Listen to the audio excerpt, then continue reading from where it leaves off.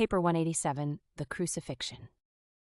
After the two brigands had been made ready, the soldiers, under the direction of a centurion, started for the scene of the crucifixion. The centurion in charge of these 12 soldiers was the same captain who had led forth the Roman soldiers the previous night to arrest Jesus in Gethsemane.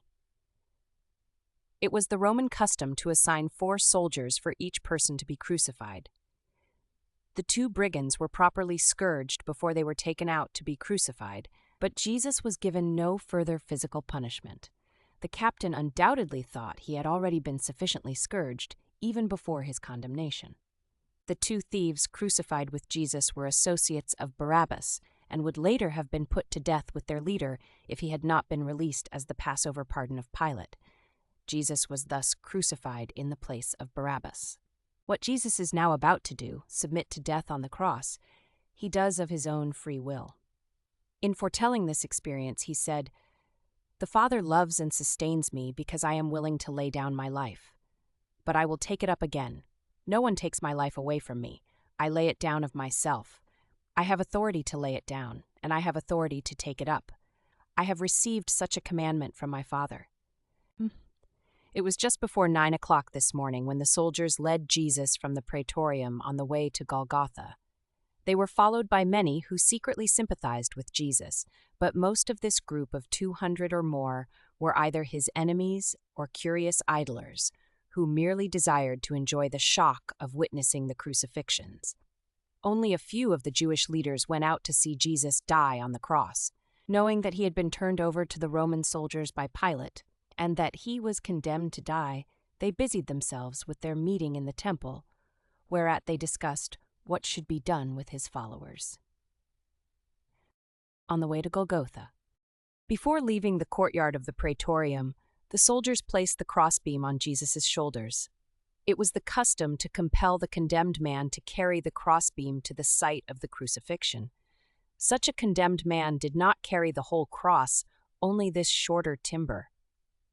The longer and upright pieces of timber for the 3 crosses had already been transported to Golgotha, and, by the time of the arrival of the soldiers and their prisoners, had been firmly implanted in the ground.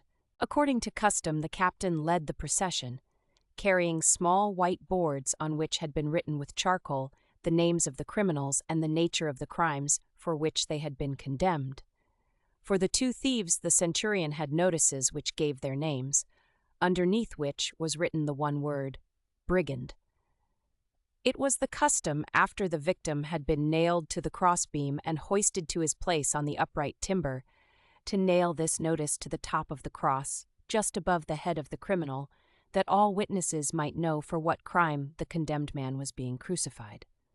The legend which the centurion carried to put on the cross of Jesus had been written by Pilate himself in Latin, Greek, and Aramaic, and it read, "Jesus of Nazareth, the King of the Jews." Some of the Jewish authorities who were yet present when Pilate wrote this legend made vigorous protest against calling Jesus the King of the Jews. But Pilate reminded them that such an accusation was part of the charge which led to his condemnation.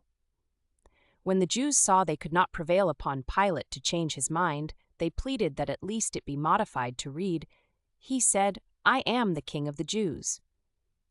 But Pilate was adamant. He would not alter the writing. To all further supplication he only replied, "What I have written, I have written." Ordinarily, it was the custom to journey to Golgotha by the longest road in order that a large number of persons might view the condemned criminal. But on this day, they went by the most direct route to the Damascus Gate, which led out of the city to the north, and following this road, they soon arrived at Golgotha, the official crucifixion site of Jerusalem. Beyond Golgotha were the villas of the wealthy, and on the other side of the road were the tombs of many well-to-do Jews. Crucifixion was not a Jewish mode of punishment. Both the Greeks and the Romans learned this method of execution from the Phoenicians.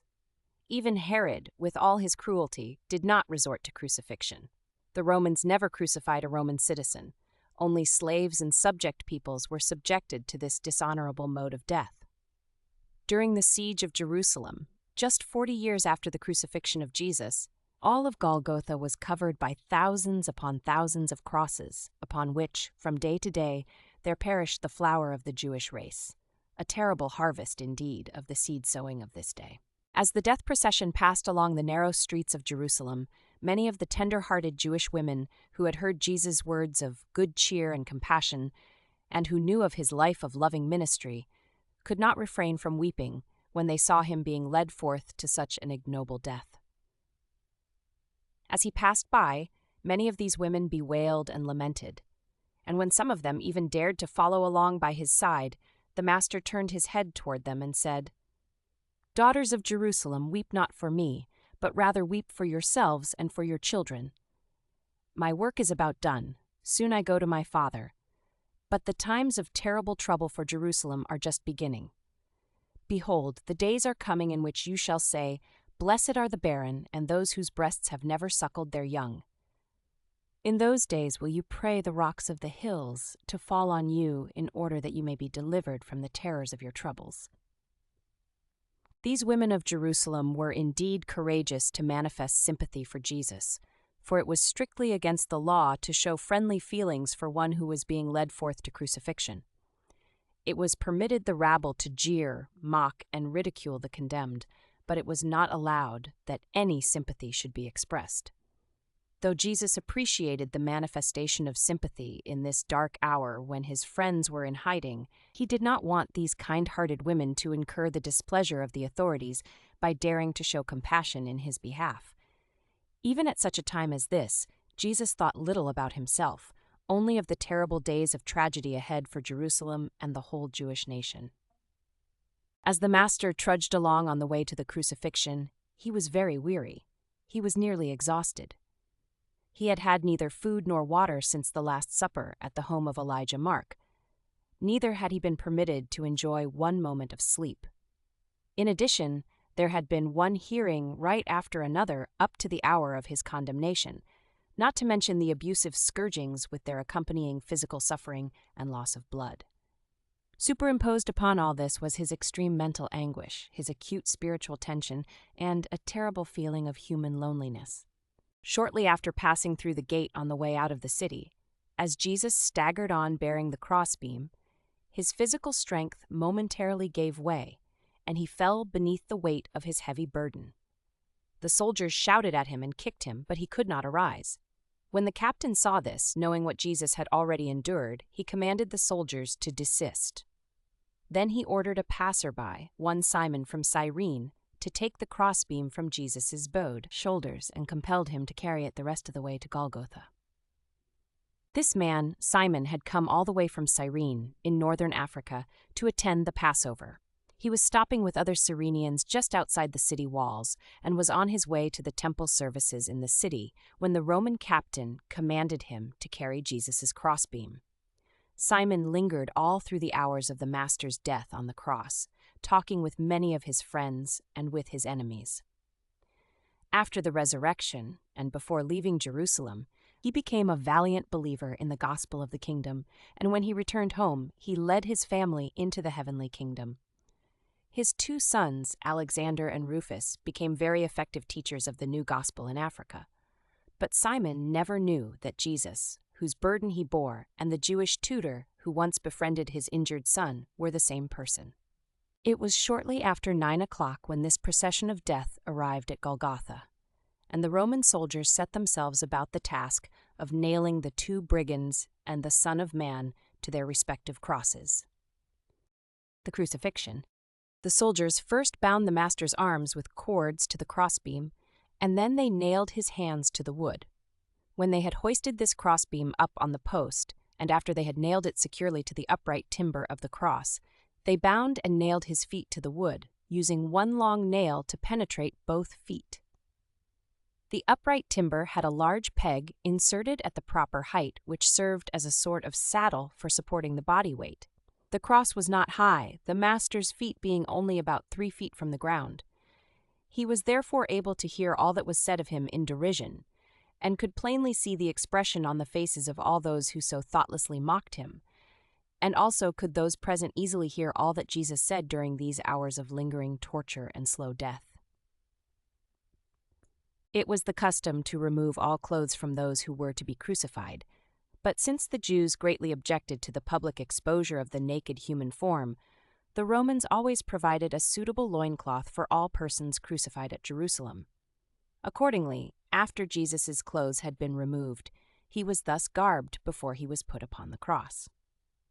Crucifixion was resorted to in order to provide a cruel and lingering punishment, the victim sometimes not dying for several days. There was considerable sentiment against crucifixion in Jerusalem, and there existed a society of Jewish women who always sent a representative to crucifixions for the purpose of offering drugged wine to the victim in order to lessen his suffering. But when Jesus tasted this narcotized wine, as thirsty as he was, he refused to drink it. The Master chose to retain his human consciousness until the very end. He desired to meet death even in this cruel and inhuman form, and conquer it by voluntary submission to the full human experience.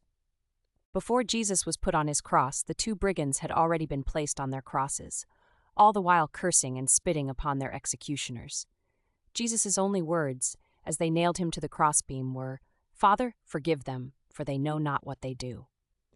He could not have so mercifully and lovingly interceded for his executioners if such thoughts of affectionate devotion had not been the mainspring of all his life of unselfish service.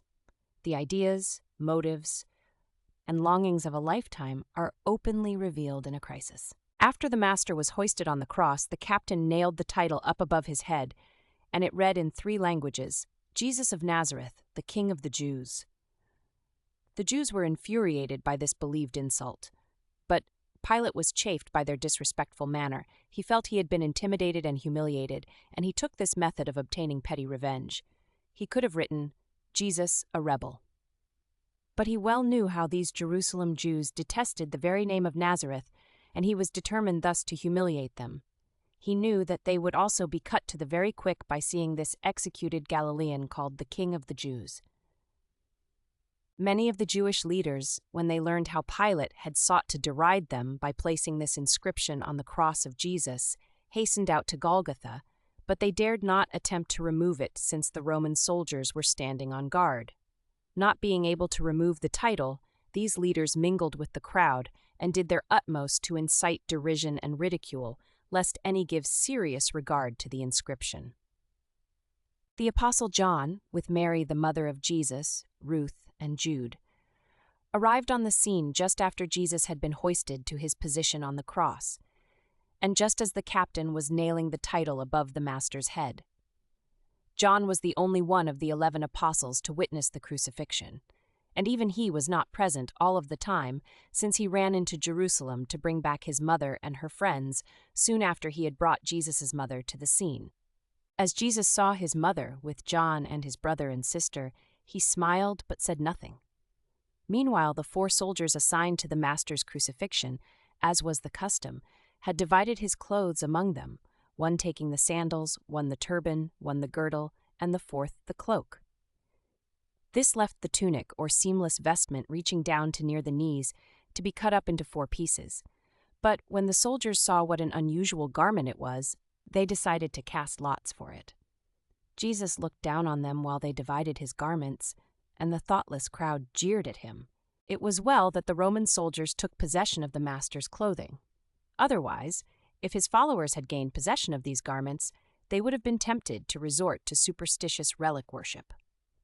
The Master desired that his followers should have nothing material to associate with his life on earth. He wanted to leave mankind only the memory of a human life dedicated to the high spiritual ideal of being consecrated to doing the Father's will. Those who saw the crucifixion. At about 9:30 this Friday morning, Jesus was hung upon the cross. Before 11 o'clock, upward of 1,000 persons had assembled to witness this spectacle of the crucifixion of the Son of Man. Throughout these dreadful hours, the unseen hosts of a universe stood in silence while they gazed upon this extraordinary phenomenon of the Creator as he was dying the death of the creature, even the most ignoble death of a condemned criminal. Standing near the cross at one time or another during the crucifixion were Mary, Ruth, Jude, John, Salome, John's mother, and a group of earnest women believers including Mary the wife of Clopas and sister of Jesus' mother, Mary Magdalene, and Rebekah, one time of Sepphoris. These and other friends of Jesus held their peace while they witnessed his great patience and fortitude, and gazed upon his intense sufferings. Many who passed by wagged their heads and, railing at him, said, "You who would destroy the temple and build it again in 3 days, save yourself. If you are the Son of God, why do you not come down from your cross?" In like manner some of the rulers of the Jews mocked him, saying, "He saved others, but himself he cannot save." Others said, "If you are the King of the Jews, come down from the cross, and we will believe in you." And later on they mocked him the more, saying, "He trusted in God to deliver him. He even claimed to be the Son of God. Look at him now, crucified between 2 thieves." Even the 2 thieves also railed at him and cast reproach upon him, inasmuch as Jesus would make no reply to their taunts, and since it was nearing noontime of this special preparation day, by 11:30 o'clock, most of the jesting and jeering crowd had gone its way. Less than 50 persons remained on the scene. The soldiers now prepared to eat lunch and drink their cheap, sour wine as they settled down for the long death watch. As they partook of their wine, they derisively offered a toast to Jesus, saying, "Hail and good fortune," to the King of the Jews. And they were astonished at the Master's tolerant regard of their ridicule and mocking. When Jesus saw them eat and drink, he looked down upon them and said, "I thirst." When the captain of the guard heard Jesus say, "I thirst," he took some of the wine from his bottle, and putting the saturated sponge stopper upon the end of a javelin, raised it to Jesus, so that he could moisten his parched lips. Jesus had purposed to live without resort to his supernatural power, and he likewise elected to die as an ordinary mortal upon the cross. He had lived as a man, and he would die as a man, doing the Father's will. The thief on the cross. One of the brigands railed at Jesus, saying, "If you are the Son of God, why do you not save yourself and us?" But when he had reproached Jesus, the other thief, who had many times heard the Master teach, said, "Do you have no fear even of God? Do you not see that we are suffering justly for our deeds, but that this man suffers unjustly? Better that we should seek forgiveness for our sins and salvation for our souls." When Jesus heard the thief say this, he turned his face toward him and smiled approvingly. When the malefactor saw the face of Jesus turned toward him, he mustered up his courage, fanned the flickering flame of his faith, and said, "Lord, remember me when you come into your kingdom." And then Jesus said, "Verily, verily, I say to you today, you shall sometime be with me in paradise." The Master had time, amidst the pangs of mortal death, to listen to the faith confession of the believing brigand. When this thief reached out for salvation, he found deliverance. Many times before this, he had been constrained to believe in Jesus, but only in these last hours of consciousness did he turn with a whole heart toward the Master's teaching. When he saw the manner in which Jesus faced death upon the cross, this thief could no longer resist the conviction that this Son of Man was indeed the Son of God.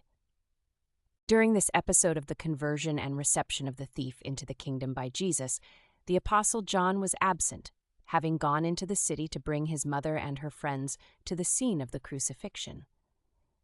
Luke subsequently heard this story from the converted Roman captain of the guard. The Apostle John told about the crucifixion as he remembered the event 2/3 of a century after its occurrence. The other records were based upon the recital of the Roman centurion on duty, who, because of what he saw and heard, subsequently believed in Jesus and entered into the full fellowship of the kingdom of heaven on earth. This young man, the penitent brigand, had been led into a life of violence and wrongdoing by those who extolled such a career of robbery as an effective patriotic protest against political oppression and social injustice. And this sort of teaching, plus the urge for adventure, led many otherwise well-meaning youths to enlist in these daring expeditions of robbery. This young man had looked upon Barabbas as a hero. Now he saw that he had been mistaken. Here on the cross beside him he saw a really great man, a true hero. Here was a hero who fired his zeal and inspired his highest ideas of moral self-respect and quickened all his ideals of courage, manhood, and bravery.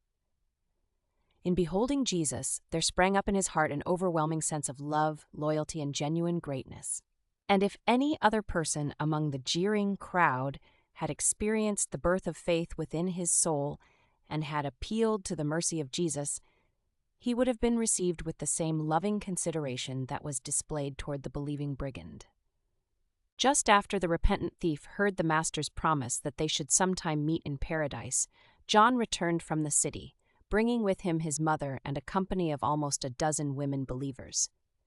John took up his position near Mary, the mother of Jesus, supporting her. Her son Jude stood on the other side. As Jesus looked down upon this scene, it was noontide, and he said to his mother, "Woman, behold your son." And speaking to John, he said, "My son, behold your mother." And then he addressed them both, saying, "I desire that you depart from this place." And so John and Jude led Mary away from Golgotha. John took the mother of Jesus to the place where he tarried in Jerusalem, and then hastened back to the scene of the crucifixion. After the Passover, Mary returned to Bethsaida, where she lived at John's home for the rest of her natural life. Mary did not live quite 1 year after the death of Jesus. After Mary left, the other women withdrew for a short distance and remained in attendance upon Jesus until he expired on the cross, and they were yet standing by when the body of the Master was taken down for burial. Last hour on the cross. Although it was early in the season for such a phenomenon, shortly after 12 o'clock the sky darkened by reason of the fine sand in the air. The people of Jerusalem knew that this meant the coming of one of those hot wind sandstorms from the Arabian desert. Before 1 o'clock the sky was so dark the sun was hid, and the remainder of the crowd hastened back to the city. When the Master gave up his life shortly after this hour, less than 30 people were present, only the 13 Roman soldiers and a group of about 15 believers. These believers were all women except 2, Jude, Jesus' brother, and John Zebedee, who returned to the scene just before the Master expired.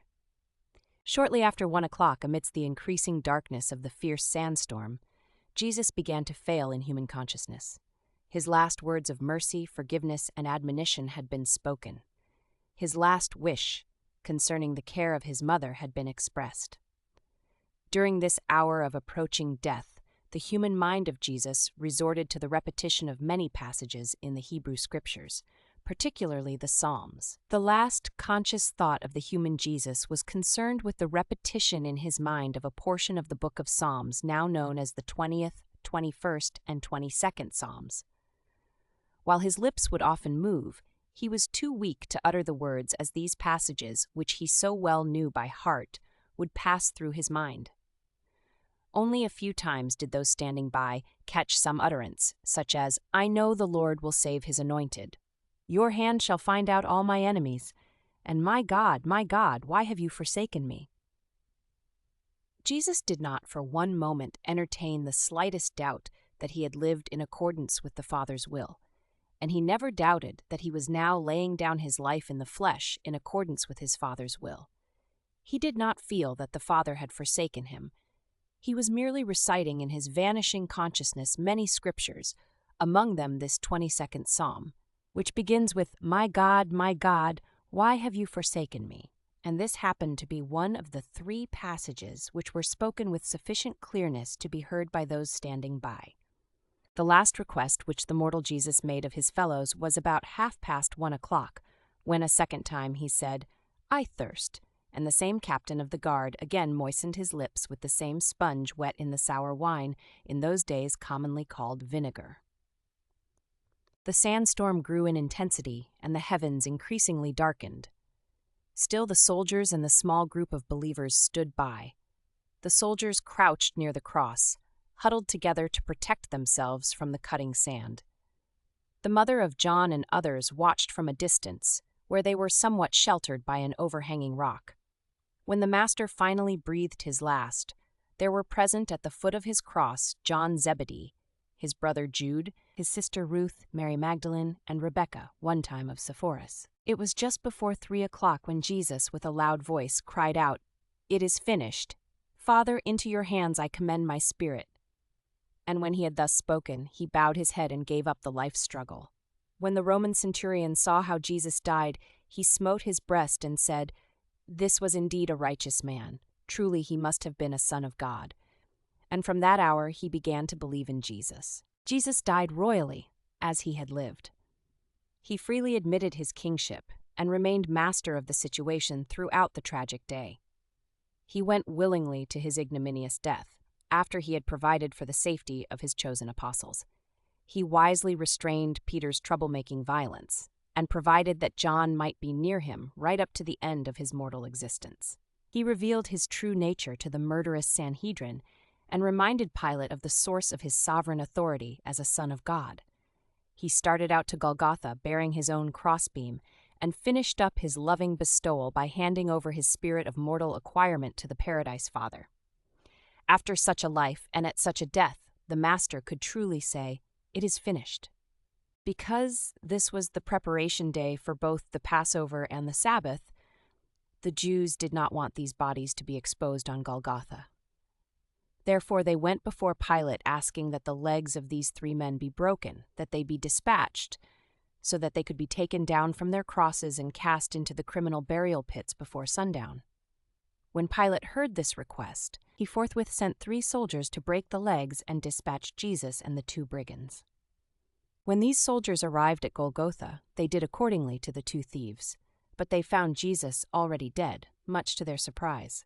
However, in order to make sure of his death, one of the soldiers pierced his left side with his spear. Though it was common for the victims of crucifixion to linger alive upon the cross for even 2 or 3 days, the overwhelming emotional agony and the acute spiritual anguish of Jesus brought an end to his mortal life in the flesh in a little less than 5½ hours.